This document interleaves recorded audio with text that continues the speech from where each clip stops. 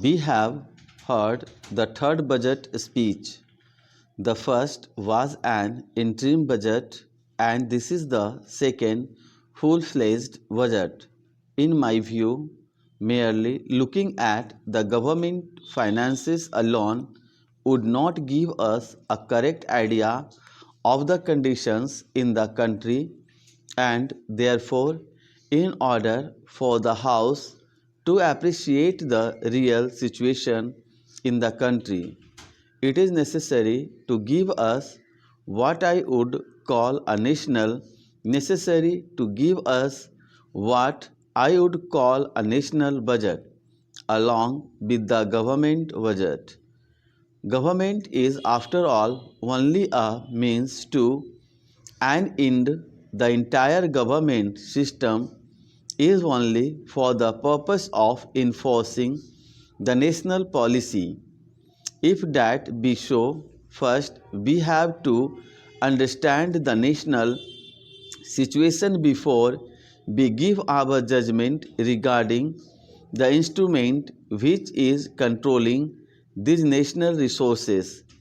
So, I would request the Honorable, the Finance Minister and the government to give to this House and to the country at an early date a complete picture, or at what position do we stand regarding our national life, regarding our production in the various industries and in the various sectors of national activity.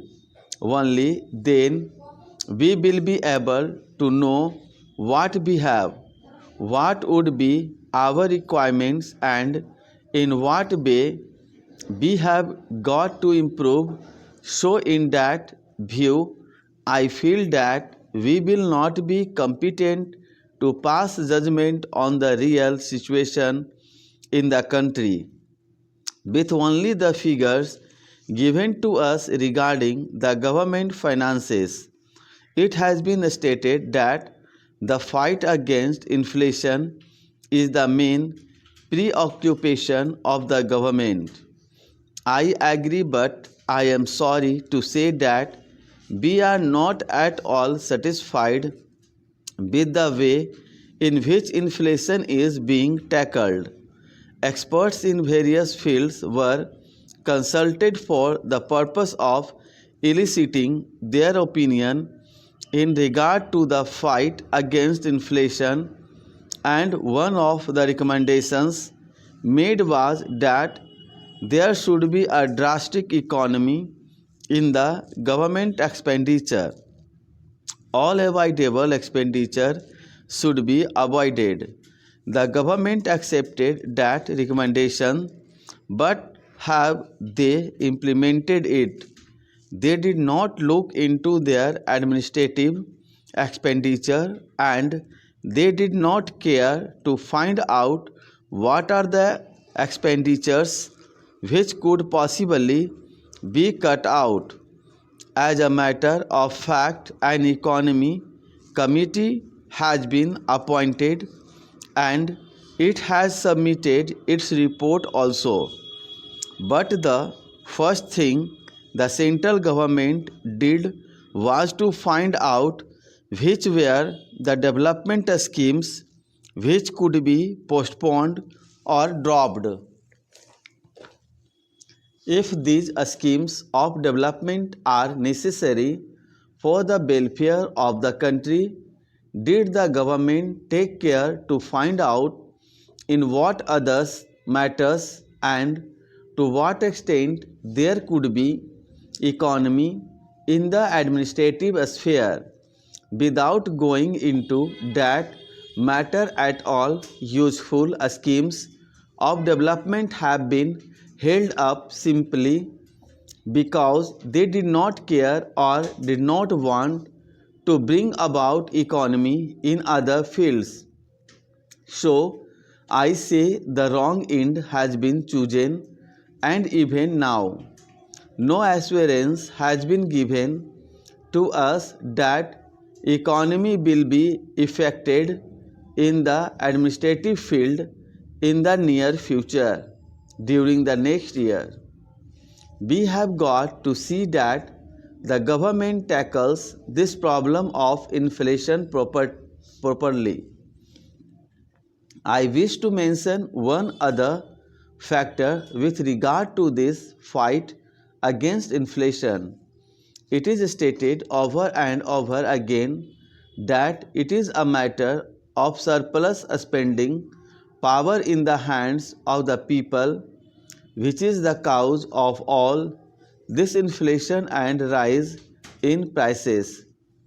I have gone to the rural parties in my state and I can say that the surplus amount of money in the hands of the people is restricted only to a very few people, but the vast majority of the people in the rural areas and also the poor people in the urban areas are as before.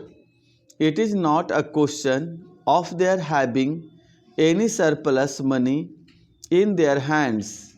Even now, they are unable to purchase their daily rations, their weekly rations, and they have to borrow even for that sometimes.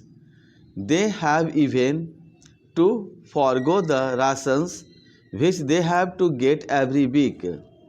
That being so, this question of surplus money power is only in the hands of a very few people. I would say perhaps 1 or 2% of the population, with the rest of the 98 or 99% of the population. It is not a question of surplus money in their hands. This inflation is merely the result of paucity of goods. Therefore, if you want to tackle this problem of inflation, it is not a question of surplus money in the hands of the people, but one of a scarcity of goods, one of production, and there is not sufficient production in the country.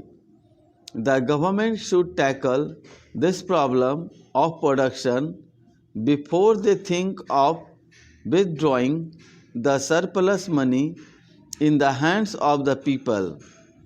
If the government is merely taking measures to withdraw the surplus money which is lying in the hands of the people without tackling the problem of production, they will not be solving the problem.